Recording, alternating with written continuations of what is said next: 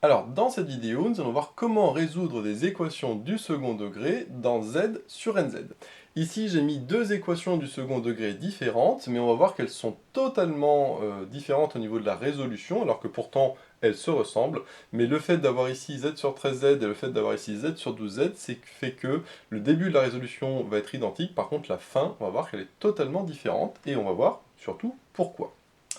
On va faire le premier cas qui est le plus simple, qui est x carré plus x plus 7 égale 0 dans z sur trait de z. A chaque fois, je ne vais pas dire 7 bar ou 9 bar, hein, je vais dire plus 7 pour dire la classe d'équivalence de 7, la classe d'équivalence de 8 ou la classe d'équivalence de 9. Alors, attention, bien évidemment, on est dans une équation du second degré, donc si on était dans les réels, on ferait le discriminant delta, b carré moins 4ac. Là, il est hors de question de faire le discriminant, parce qu'on ne fait pas après en plus de division dans z sur nz. Donc là, ce qu'on va faire plutôt, c'est une méthode qu'on faisait généralement en seconde quand on ne connaît pas encore le discriminant, qui est de faire apparaître la forme canonique du polynôme du second degré. Donc pour faire apparaître la forme canonique, il faut faire x carré plus x plus 7 égale 0. Et là, il faut faire apparaître le début d'une identité remarquable. Donc on va dire par exemple que c'est x plus 1 demi au carré. Pourquoi 1 demi? Parce que je prends le coefficient de x devant et je divise par 2. Et puis après, trois petits points. Sauf que là, c'est totalement interdit, puisque là, je suis en train de dire la classe d'équivalence de 1 demi, donc 1 demi, c'est pas un entier. Donc là, il est hors de question de faire ça. Ça, c'est impossible, puisqu'il n'y a pas de fraction dans z sur nz. Donc là, le souci, c'est que la forme canonique, c'est un peu compliqué, parce que le coefficient de x, il faut qu'il soit pair pour que je fasse apparaître, du coup, une forme, une identité remarquable. Alors il y a une petite astuce, c'est que sous-entendu devant le x, j'ai un 1. Mais un 1, la classe d'équivalence de 1. Or, dans z sur 13z, je sais que la classe d'équivalence de 1, c'est comme la classe d'équivalence de 14, puisque là j'ai le droit de faire ça quand je mets plus 13 ou moins 13, hein, parce que je suis modulo 13. Donc je peux faire après plus 13 aussi, dire que c'est 27, ou je peux faire aussi moins 13 et donc dire que c'est moins 12, etc., etc. Donc là, ce que je vais faire, c'est remplacer le 1 par 14, alors soit moins 12, soit 14, mais en tout cas quelque chose de pair. Donc, moins 12 et 14 sont pairs. Moi, ce que je vais faire, c'est que je vais prendre 14, qu'au moins c'est positif, c'est plus simple, mais je pourrais très bien le remplacer par moins 12. Donc je vais faire dire que c'est pareil que x carré plus 14x plus 7 est égal à 0. Et là, maintenant, je vais pouvoir faire apparaître mon identité remarquable. Donc 14, je divise par 2, ça fait 7. Donc ça me fait x plus 7 au carré. Ça, si je développe, ça me fait a carré, donc x carré plus 2ab, c'est-à-dire plus 14x plus 7 au carré 49. Sauf que là, j'ai pas de 49, donc je suis obligé de faire moins 49. Et enfin, plus 7. Donc là, c'est exactement comme on faisait au lycée, en seconde. Hein. On fait apparaître l'identité remarquable, on dit que c'est le début de l'identité remarquable, et puis on compense en enlevant le b carré qui n'est pas dans l'équation. Là maintenant, ce que je vais pouvoir faire, c'est regrouper le moins 49 plus 7. Moins 49 plus 7, ça fait moins 42. Et donc ça me donne 0. Alors, le souci avec le carré, pardon, ici, tac. Alors, moins 42, c'est comme assez grand, donc moi, l'idée, ça va être bien sûr de faire pareil que tout à l'heure avec le 39. Et donc, ce que je vais faire, c'est que je vais dire, alors je vais faire moins 42, je pourrais laisser le moins en dehors, bon, je vais le laisser en dehors, c'est plus simple. 42, je peux le diminuer. Parce que, comme je suis modulo 13, je peux l'enlever plusieurs fois 13.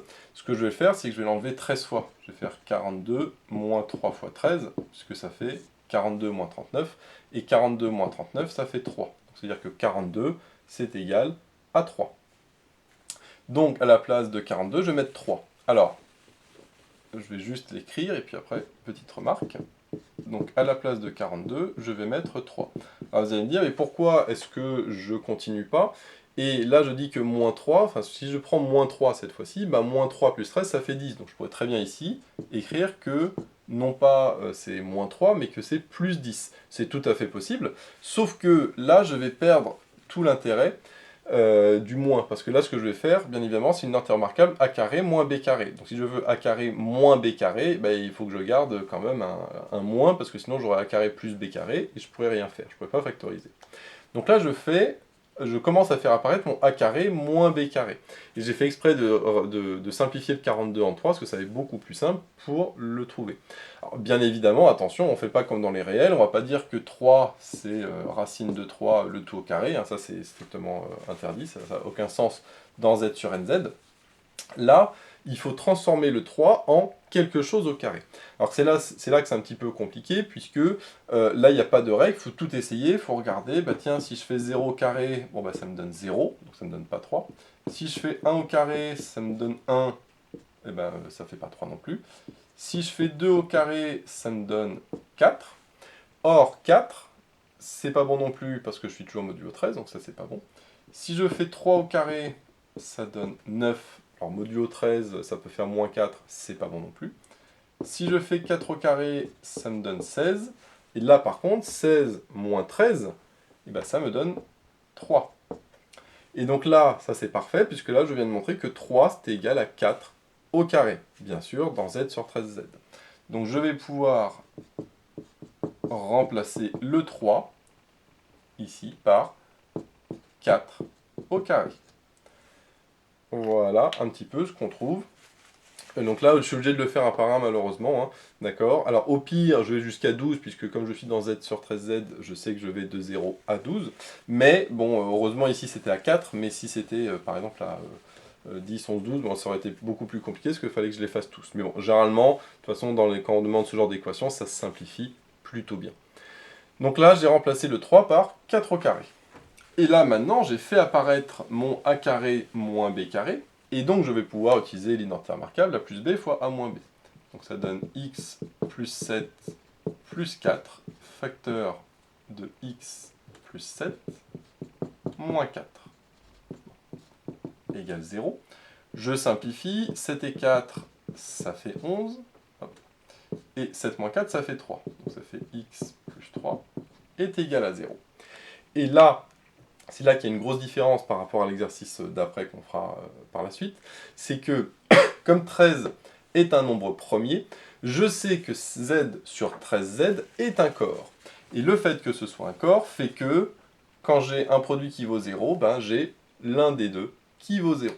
Donc là, il faut dire que or 13 est premier, donc z sur 13z est un corps.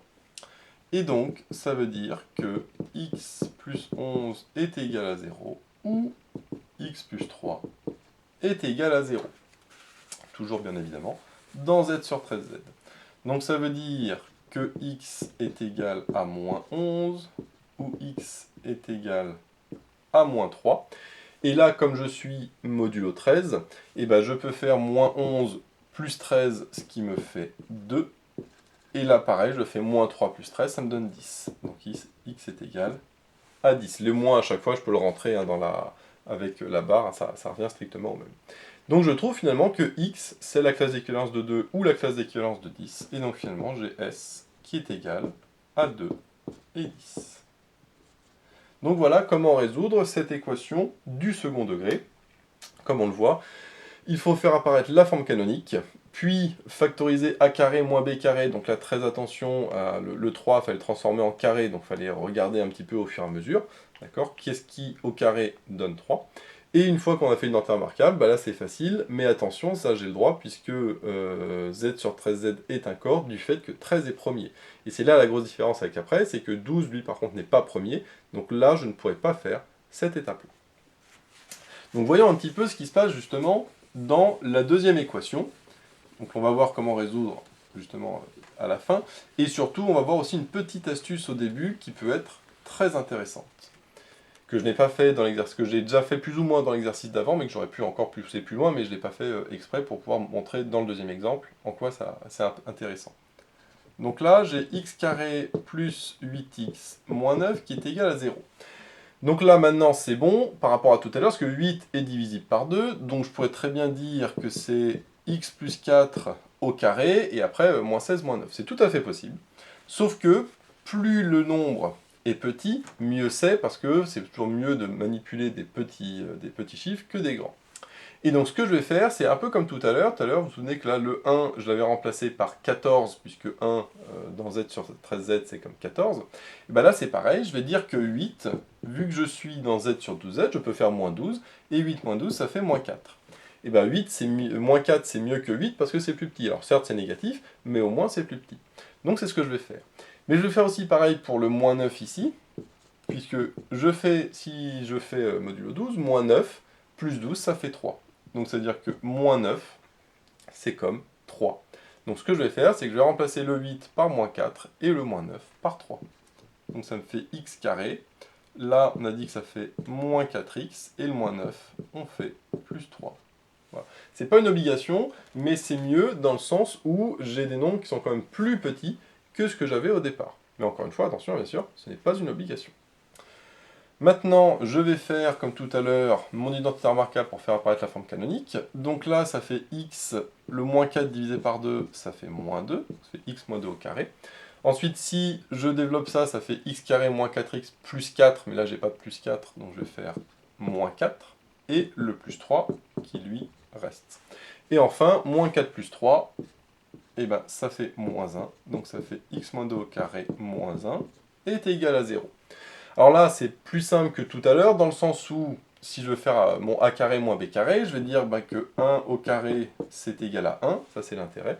Donc ici, je peux très bien dire que le 1, c'est comme 1 au carré, et à ce moment-là, je pourrais dire que c'est x moins 2 moins 1 facteur de x moins 2 plus 1, qui est égal à 0. Mais attention, à partir de là, je ne peux pas en déduire que ça égale 0 ou ça égale 0, puisque z sur 12z n'est pas un corps. Et comme z sur 12z n'est pas un corps, quand on a comme ça une équation produit nul, eh bien je n'ai pas le droit de dire que l'un ou l'autre est égal à 0. Alors si jamais je le disais, on va voir ce que ça va donner, si jamais je dis que l'un ou l'autre est égal à 0, ça veut dire que ça égale 0 ou ça égale 0, alors ça fait x moins 3 égale 0, donc ça ferait x qui est égal à 3, et donc ça ferait x moins 1, donc ça ferait x égale 1. Donc si jamais je m'étais trompé, et que j'avais dit, bah tiens, ça égale 0, ça égale 0, je trouve 1 ou 3. Je le mets sur le côté, parce que comme ça on vérifiera avec la fin surtout, si on tombe sur ça ou justement sur autre chose. Alors puisque ça je ne peux pas le faire, bah, ça finalement ça ne sert à rien, donc ça sert à rien que je mette au carré, puisque je ne vais pas factoriser. Donc comment on fait? Eh bien tout simplement, là je vais résoudre de manière classique, c'est-à-dire que je vais dire que x moins 2 au carré est égal à 1.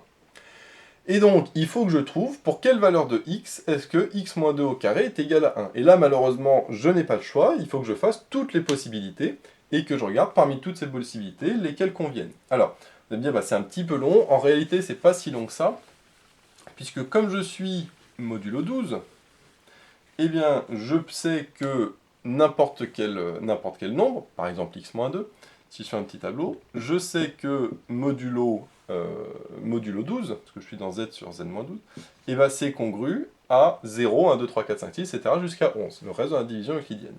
Donc là, je pourrais écrire 0, 1, 2, 3, 4, 5, 6, 7, 8, 9, 10, 11. Voilà.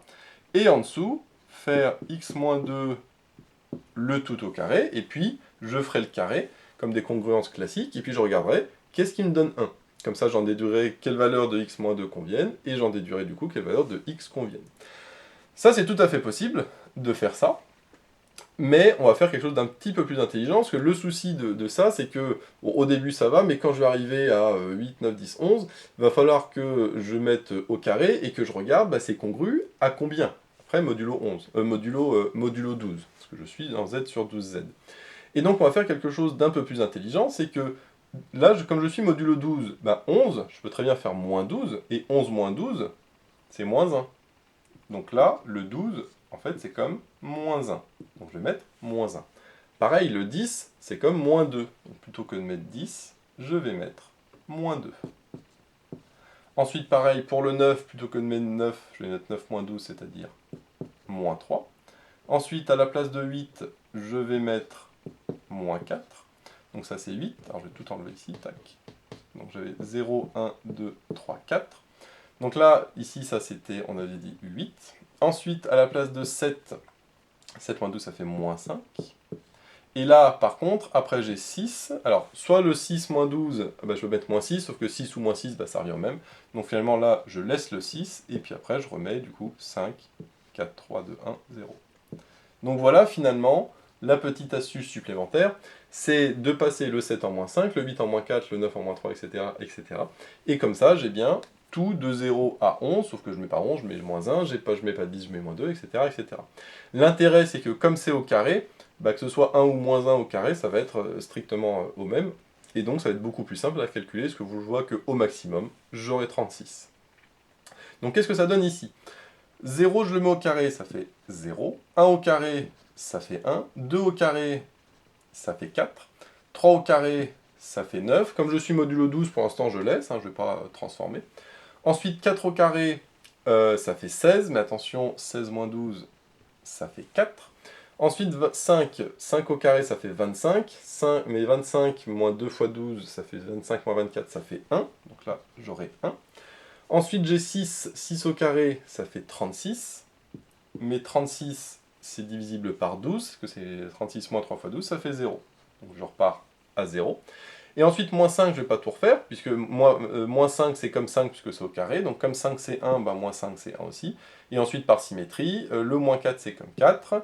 Ensuite, le 3, c'est comme moins 3. Le moins 2, c'est comme 2, donc c'est 4. Et le moins 1, c'est comme 1. Voilà. Et donc là, alors je vois qu'il y a un cycle, 0, 1, 4, 9, 4, 1, 0, 1, 4, 9, 4, 1, etc. etc. Bon. Et donc on voit que c'est beaucoup plus rapide, alors que si j'avais fait 7, 7 au carré 49, alors 49 modulo 12, bon c'est un petit peu plus long, etc. etc. Ça se fait, mais forcément là on gagne du temps par symétrie par rapport à tout à l'heure, par rapport à si j'avais pas simplifié mon tableau. Et maintenant, on voit que c'est facile, parce que dans quel cas est-ce que x-2 au carré est congru à 1? J'ai 4 cas, donc ici, ici, ici et ici. C'est-à-dire, quand x-2 est égal à 1, ou x-2 est égal à 5, ou x-2 est égal à moins 5, ou x-2 égale moins 1 est égal à moins 1. Et donc finalement j'ai juste à passer le 2 à droite, et on va voir ce que ça donne. Donc si je passe le 2 à droite, ça fait 1 plus 2, ça fait 3, donc ça fait x égale 3, ou 5 plus 2, ça fait 7, donc x égale 7. Ici, ça fait moins 5 plus 2, ça fait moins 3, donc ou x est égal à moins 3. Et ici, si je passe, ça fait 2 moins 1, ça fait 1. Donc j'ai ou x qui est égal à 1. Et donc finalement, j'ai plusieurs solutions. Alors, le moins 3, comme je suis à 12, je peux dire que c'est 9, parce que moins 3, c'est égal à 9, modulo 12. Donc là, je peux mettre égal 9. Et donc, si je les mets dans l'ordre, ça fait 1, 3, 7, 9. Donc ça fait 1, 3, 7 et 9.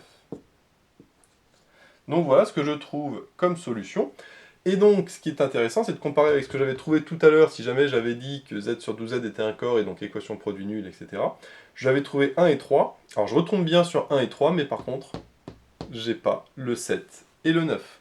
Et donc, c'est là qu'on voit qu'il y a un petit souci, et que du coup, je suis obligé de faire la deuxième méthode, c'est-à-dire avec le tableau, et non pas la première méthode avec l'équation produit nul, puisque je n'aurai pas toutes les solutions, alors que là, j'ai bien toutes les solutions, puisque avec le tableau, comme j'ai fait le tableau de 0 à 11 et que je suis modulo 12, je sais que j'ai toutes les possibilités. Et ce que je vois, c'est que dans mon tableau, j'ai 4 fois le nombre 1, donc ça correspond à toutes mes solutions, et donc ça fait que j'ai 4 solutions. Alors en plus, petite particularité ici, c'est que j'ai une équation du second degré, je sais qu'une équation du second degré, dans les réels, j'ai au maximum 2 solutions, si le discriminant est strictement positif. Et là, qu'est-ce qu'on voit? On voit qu'on a 4 solutions. Mais attention, on n'est pas dans R, ou dans C même, on est dans Z sur NZ. Et les règles dans Z sur NZ ne sont pas les mêmes que dans R. Notamment, on a vu par exemple que 4 au carré, ça fait 3, etc. Et donc, on voit ici qu'une équation du second degré peut avoir 4 équations, mais parce qu'on est dans Z sur NZ. Alors, il peut y en avoir plus, bien évidemment, tout dépend dans quel N on est. Mais ce qui est important, c'est que la résolution est différente selon que Z sur NZ est un corps ou pas, c'est-à-dire selon que le N est un nombre premier comme le 13, où là c'était plus facile, ou alors n'est pas un nombre premier comme le 12, et là c'est un tout petit peu plus long, mais on voit qu'avec un tableau et avec en plus la symétrie, on le fait, ça se fait très bien, sachant que cette symétrie pourra toujours se faire, dans le sens où là on a toujours un carré, donc on aura toujours ici quelque chose qui est au carré, et donc justement cette petite astuce avec la symétrie pourra toujours se faire, et moi je vous conseille de la faire, parce qu'on voit que ça gagne énormément de temps. Donc voilà, j'espère que cette vidéo vous sera utile. N'hésitez pas à vous abonner pour être au courant des nouvelles vidéos qui sortiront. J'ai mis le lien dans la description vers l'énoncé de l'exercice, ainsi que vers d'autres exercices sur les Z sur NZ. J'ai également mis le lien vers la page Tipeee où vous pouvez soutenir Méthode Maths. Et moi je vous dis à bientôt pour de nouvelles vidéos.